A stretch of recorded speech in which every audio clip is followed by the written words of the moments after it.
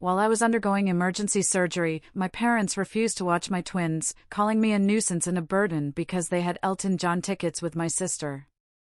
From my hospital bed, I hired a nanny, severed all family ties, and ended their financial support. 2 weeks later, they turned up at my door. It was Christmas Eve at Las Vegas Medical Center, and my world felt like it was falling apart. The pain in my stomach was intense, but my mother's indifference on the video call hurt even more. "Don't you dare ask us to cancel our plans again.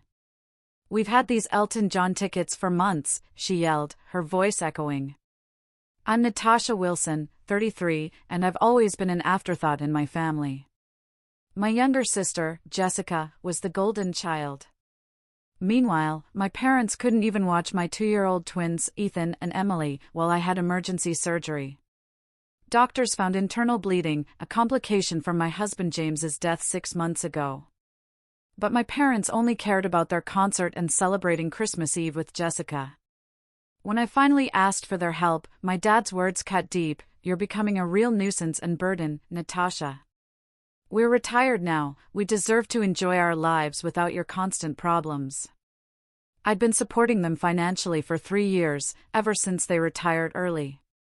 Every month, I sent them $2,500 for their mortgage and bills, even after James died. I did it out of love, believing family should support each other. How foolish I was. As tears fell onto my hospital blanket, a kind nurse named Valerie gently squeezed my shoulder. "My friend Olivia is a professional nanny who specializes in childhood trauma. Let me call her for you," she offered. Her kindness was a stark contrast to my parents' coldness. My twins were too young to understand. They'd already lost their father, now they might lose me. The thought terrified me, but not as much as leaving them with people who saw them as burdens. In that moment, through the pain and crushing disappointment, I made a decision. "Yes, please call her," I told Valerie. With those words, I began to cut ties with the people who had raised me but never truly loved me. As I hung up, memories flooded back. My childhood was full of being overlooked. When I graduated college with honors, my parents barely noticed because Jessica had a local commercial gig that weekend. When I married James, they complained about the venue. Even when the twins were born, they visited only once, claiming the babies were too fussy. James was my rock. He understood family disappointment, estranged from his own father for years. "We'll build our own family," he'd say, "one that knows how to love." And we did, creating a warm home filled with laughter. But 6 months ago, a drunk driver stole him away, leaving me to raise our children alone while battling grief. Despite my loss, I kept supporting my parents, even increasing the monthly amount when they mentioned inflation. I wanted to be better than them, to show that family stands by each other. The irony was crushing. I was bleeding internally, possibly dying, and they couldn't miss one concert. Valerie returned with good news. Olivia would arrive within the hour. "She's amazing with kids," Valerie assured me. She used to work with trauma victims at the Children's Hospital before becoming a private nanny. "How much will this cost?" I asked, worry creeping into my voice. Medical bills were already piling up since James's insurance had limitations. "Don't worry about that now," Valerie said. "Let's focus on getting you ready for surgery." But I was worried. I thought about the $2,500 I was sending my parents next week. That money could pay for childcare. The thought sparked something inside me, a self-preservation flame that had been out for years. When Olivia arrived, she was everything Valerie promised: kind, professional, and instantly connecting with the twins. As hospital staff prepped me for surgery, I made a decision. "Could you bring me my phone one more time?" I asked Valerie. With shaking hands, I sent 2 messages. The first was to my bank, canceling all future automatic transfers to my parents. The second was to my parents: "I will no longer be providing financial support. My children and I deserve better than being your afterthoughts. Don't contact me again." As they wheeled me to the operating room, I felt something unexpected: freedom. The surgery was a success, but it left me weaker than I expected. I spent 5 days in the hospital, grateful for Olivia, who stayed with the twins in my room during the day and took them to my apartment at night. During one clear moment, I saw my phone blinking, 27 missed calls and many texts from my parents and Jessica. Most followed a pattern: confusion, then anger, then desperate pleas about their mortgage. Not once did they ask about my surgery or the twins. My father's final message was telling: "You can't just cut us off like this. We've planned a cruise next month, and the tickets are non-refundable." Jessica's messages were different. She seemed genuinely confused. "Mom and Dad just told me you were having some minor procedure. What's going on? Why are they freaking out about money?" It dawned on me that my parents had lied to Jessica about my emergency to justify their choice. I decided to tell her the truth, sending her the full story, even while groggy from medication. Her response came quickly: "Oh my God, Natasha. I had no idea it was an emergency surgery. They told me you were just being dramatic about a routine checkup. I would have watched the twins if I'd known. I'm so sorry." I believed her. Jessica wasn't cruel. She'd been raised to believe her needs came first. Perhaps this would help her see our parents clearly. By the time I was discharged, I had made several decisions. First, I hired Olivia part-time. Second, I contacted a lawyer to draft a will, naming a trusted friend as the twins' guardian if anything happened to me, definitely not my parents. Third, I blocked my parents' numbers, allowing Jessica limited contact to assess her sincerity. The financial implications of my decision were significant. The $2,500 monthly payment to my parents was almost a third of my income as a graphic designer. Without that burden, I could afford proper childcare and start rebuilding my emergency fund, which was gone after James's death. That night, lying in my own bed with the twins asleep, I felt a complex mix of emotions. Guilt, the ingrained feeling that I was wrong for putting myself and my children first. Fear about managing recovery while caring for 2 toddlers. But also, an unfamiliar sense of self-respect taking root. My phone pinged with a text from Jessica: "I just had a huge fight with Mom and Dad about how they treated you. I'm staying at a hotel tonight. Can we talk tomorrow?" Maybe I wasn't completely alone after all. 2 weeks after my surgery, I was slowly getting stronger. The incision still throbbed, but I was managing better. Olivia was a godsend, helping with the twins while I worked from home. My graphic design clients were understanding, and I was grateful for remote work. Jessica visited twice, bringing healthy meals and spending time with the twins. Our conversations were cautious, but she opened up. "They always made it seem like you were choosing to distance yourself," she admitted. "I never realized they were pushing you away." I was starting to see a new side of my sister, hidden beneath years of our parents' manipulation. While I wasn't ready to fully trust her, I appreciated her efforts. Then came the knock I half expected. Through the peephole, I saw my parents. My mother clutched her designer purse, nervous, while my father stood with crossed arms, impatience on his face. I hesitated, heart pounding, then opened the door slightly. "What do you want?" I asked, my voice steadier than I expected. "Natasha, darling, we've been so worried," my mother began, her sugary tone immediately raising my defenses. "You haven't been answering our calls, and we needed to make sure you and the twins were all right." "We're fine," I replied flatly. "Now, if that's all," "It's not all," my father interrupted, pushing slightly against the door. "We need to discuss this ridiculous financial situation. The bank called about our mortgage, and we had to dip into our cruise savings to cover it." Their audacity was breathtaking. No questions about my recovery, no concern for their grandchildren, just demands about money. "I told you I'm cutting financial ties," I said. "I meant it." "But sweetie," my mother pleaded, her voice rising, "we've come to depend on that money. Your father and I adjusted our lifestyle based on your commitment to help us." "My commitment?" I echoed in disbelief. I've been sending money out of guilt and obligation while you couldn't even watch your grandchildren during my emergency surgery? My father's face darkened. That's not fair, Natasha. We had plans. Plans more important than my children's safety?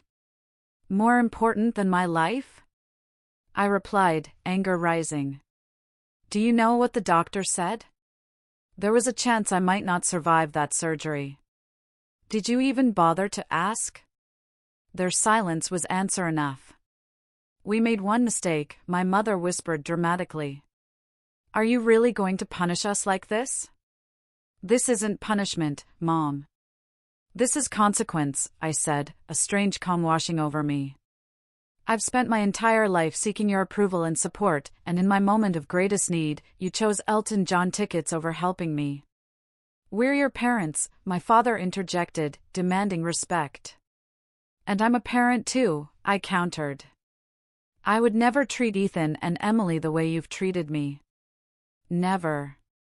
Just then, Emily toddled into view, clutching her stuffed giraffe. My mother's expression softened instantly. There's my precious grandbaby, she cooed, bending down. Grandma brought presents. Emily, unfamiliar with these relative strangers, backed away and looked at me uncertainly. I think you should leave, I said quietly.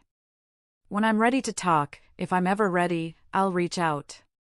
But the money, my father started. Is no longer your concern, I finished, gently closing the door. The next morning, my parents returned with reinforcements, my Aunt Patty, my mother's sister, who always played family peacemaker. Natasha, honey, let's be reasonable, Aunt Patty pleaded from outside my door, which I hadn't opened. Your parents are struggling without your help. They managed their finances for decades before I started helping them, I replied through the door. They chose early retirement knowing their savings weren't adequate. My mother's voice broke in. We made those decisions because you promised to help us. We've had to cancel our cruise, and now we might lose the house. Their attempts at manipulation were so transparent now that I'd stepped back from the fog of guilt they'd surrounded me with for years. When had I ever promised lifetime support? I'd offered to help temporarily after their retirement, but somehow that had evolved into an expected permanent arrangement. Mom, Dad, I'm recovering from major surgery and caring for 2 toddlers. This conversation is over, I said firmly, walking away from the door, ignoring their knocking and pleading. Later that day, I got a group email from my father, sent to the entire extended family. It detailed how I had abandoned them in their time of need after they had sacrificed everything for me. The email conveniently left out their refusal to help with the twins during my emergency surgery, painting me as an ungrateful daughter who suddenly cut them off without reason. What they hadn't expected was the backlash. My cousin Michael, who lived near my parents, replied to the group, Uncle Robert, didn't you just buy a new boat last month? And Aunt Diana, wasn't that a new diamond tennis bracelet you were showing off at Thanksgiving? Other family members chimed in, many privately messaging me for the full story. Even Aunt Patty called me directly after learning the truth. I had no idea about your surgery, she admitted. They told me you were just being dramatic about some routine procedure and using it to punish them financially. Meanwhile, Jessica fully took my side after seeing our parents' behavior firsthand. She helped me craft a single, factual response to the family email thread, simply stating, I recently underwent emergency surgery with a significant risk to my life. My parents were aware of the severity but declined to care for their grandchildren. The response from my extended family was overwhelming. Cousin Michael's wife dropped off home-cooked meals. A second cousin I barely knew offered free babysitting. Jessica started spending weekends at my apartment, getting to know her niece and nephew while helping me recuperate. Most surprisingly, Valerie from the hospital connected me with a support group for young widowed parents. Their first meeting was on Zoom, so I could participate from home, and for the first time since James died, I felt truly understood by people who had walked my path. My parents' financial situation quickly got worse. They had been living beyond their means, counting on my monthly contributions. Jessica discovered they had taken a second mortgage on their house a year ago to buy their boat, assuming I would keep subsidizing their primary mortgage indefinitely. They've been lying to everyone, Jessica said, shocked, after helping them review their finances. They're not broke, they're just overspent. They'd be fine if they sold the boat and vacation timeshare. Their increasingly desperate voicemails and texts continued, but with each passing day, their hold on me weakened. I was building something new from the ashes of their betrayal, a genuine support network based on mutual care, not obligation. 1 month after my surgery, a major, unexpected twist occurred.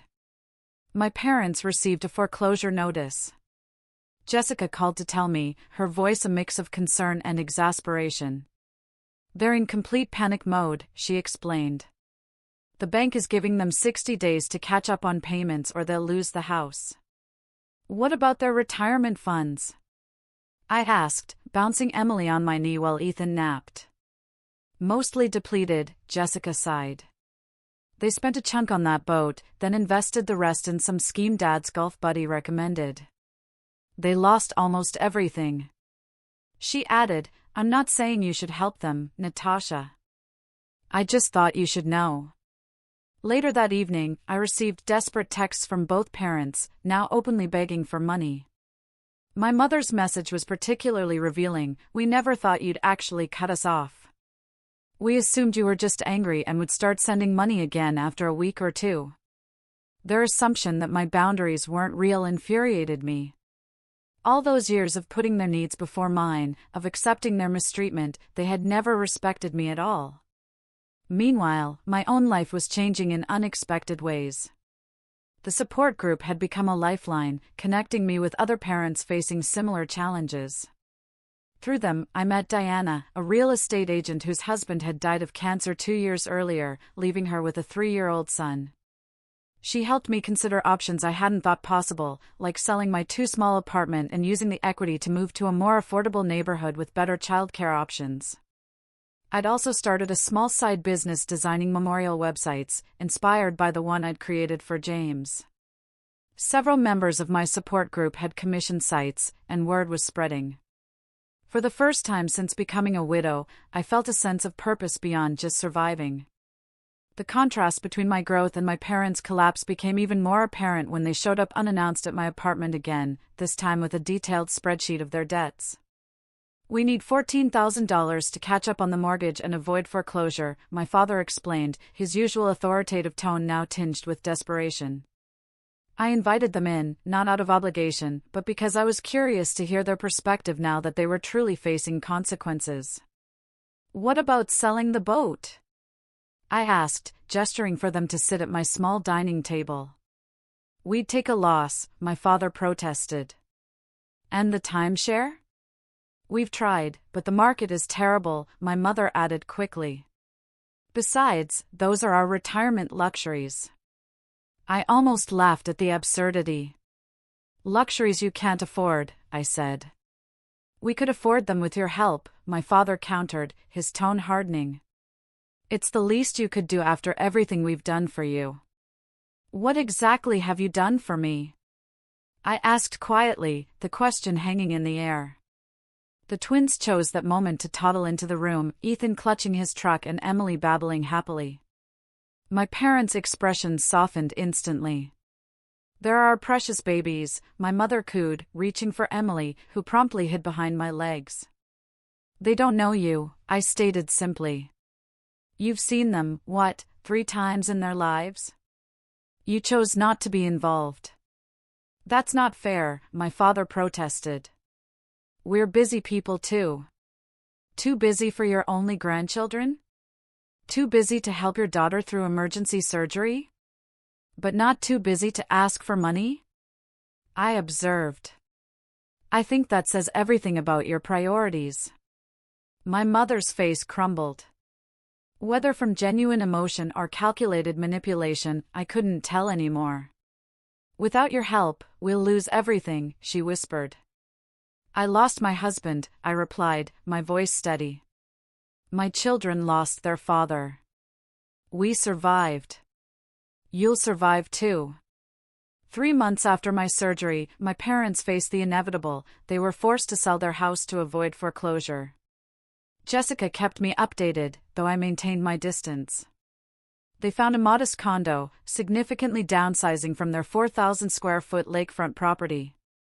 My father reluctantly sold his boat at a loss, and they finally got rid of the timeshare for a fraction of what they'd paid. "They're actually blaming you for their financial problems in front of everyone," Jessica informed me during one of her weekly visits. "It's bizarre to watch. They tell anyone who will listen that you abandoned them after promising lifelong support." "Let them talk," I replied, surprisingly unbothered. The truth spoke for itself, and it did. My extended family largely rallied around me after learning the full story. Even my father's sister, who usually sided with him, called to express support after hearing about their refusal to help during my surgery. Meanwhile, my own situation had improved dramatically. Diana from my support group helped me find and buy a small 3-bedroom house in a family-friendly neighborhood. The mortgage payments were actually less than my apartment rent, and the twins had a backyard for the first time. My side business designing memorial websites had grown enough that I could reduce my graphic design clients and focus on work that felt meaningful. Olivia still helped with childcare 3 days a week, but I'd adjusted my schedule to maximize time with Ethan and Emily. Most importantly, I'd found a community. Neighbors brought casseroles when we moved in, the support group organized playdates, and Jessica had become a true sister, not a competitor. Even Valerie from the hospital occasionally stopped by with her children. I had lost my husband and cut ties with my parents, yet somehow I felt less alone than ever before. 6 months after my surgery, I received a letter, an actual handwritten letter, from my mother. I almost threw it away unopened, but curiosity won out. Inside was something I'd never seen before, a genuine apology. "I've had time to reflect on my behavior," she wrote. "Watching you build a life without our help has forced me to confront some painful truths about myself as a mother. I was jealous of your independence, your resilience. I resented that you didn't seem to need me the way I needed my own mother. But now I see that you did need me, just not in the ways I wanted to be needed. When you asked us to care for the twins during your surgery, you were reaching out, and we failed you completely. I'm deeply sorry." The letter continued, explaining how they had completely restructured their finances. My father had taken a part-time job at a local hardware store. They had sold most of their luxury items and were living modestly for the first time in decades. She didn't ask for money or even forgiveness, just acknowledgement of her apology. I showed the letter to Jessica, who was skeptical. "They've been talking about writing to you for weeks," she said. "Dad was against it at first, but I think he's starting to see things differently too, especially after his heart scare last month." "Heart scare?" I asked, concerned despite myself. "Just high blood pressure and chest pains, but it scared him. He's on medication now and actually following doctor's orders," Jessica explained. "I think facing mortality has humbled him a bit." I wasn't ready to respond immediately. I needed time to process my feelings. Was this genuine remorse or another manipulation tactic? Had they truly changed, or were they just adapting their strategy? That night, I looked at old family photos for the first time since cutting ties. Behind the smiling faces, I saw patterns I'd been blind to before. My parents had always been performers, playing the role of perfect parents while serving their own needs first. A year after my surgery, I finally agreed to meet my parents at a neutral location, a quiet cafe near my new home. When they arrived, I barely recognized them. My father seemed smaller, his confident posture replaced by a humbler demeanor. My mother's designer clothes had been exchanged for simple, practical attire. The twins were with Jessica for the afternoon. I wasn't ready for a family reunion yet. We sat in awkward silence until my father did something unprecedented. He cried. "I've been a terrible father," he admitted, his voice breaking, "and an even worse grandfather. I don't expect your forgiveness, but I want you to know that I see it now, how selfish we've been." My mother reached across the table, not quite touching my hand, but gesturing toward it. We've spent months in family therapy, she explained. It was Jessica's idea, and we resisted at first, but it's been transformative. I didn't rush to forgive them or make promises I couldn't keep. Instead, I shared pictures of the twins and told them about our new life. They listened without interrupting, without making it about themselves, perhaps for the first time ever. As we parted, my father asked quietly, would it be possible, someday, to know our grandchildren? I considered this carefully before answering. That depends on your actions, not your words. If you're genuinely committed to change, we can start with short, supervised visits. But understand this, my children will only have relationships with people who respect their mother. Walking away from that meeting, I felt neither the crushing weight of obligation nor the burning resentment that had defined our relationship for so long. Instead, I felt something new, the calm assurance of a woman who knew her worth, who had created boundaries and would enforce them without apology. Whether my parents could truly change remained to be seen, but I had already transformed from a daughter desperate for approval into a mother fierce in her protection and clear in her expectations.